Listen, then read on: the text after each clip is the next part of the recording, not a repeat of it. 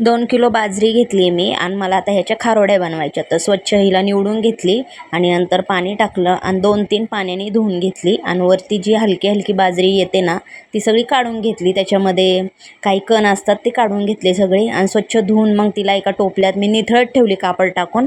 आणि नंतर मग असं आपण मटकीला मोड कसं आणतो तसंच हे सगळं असं बांधून घेतलं गाठोडं आणि रात्रभर आता हे असंच ठेवून द्यायचं.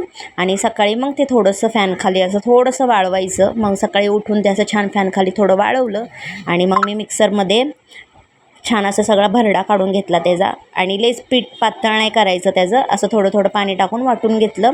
आणि नंतर जेवढं आहे तेवढंच पाण्यात मी असं ते शिजत ठेवलं. तर शिजून अशी कन्सिस्टन्सी छान झाली आहे.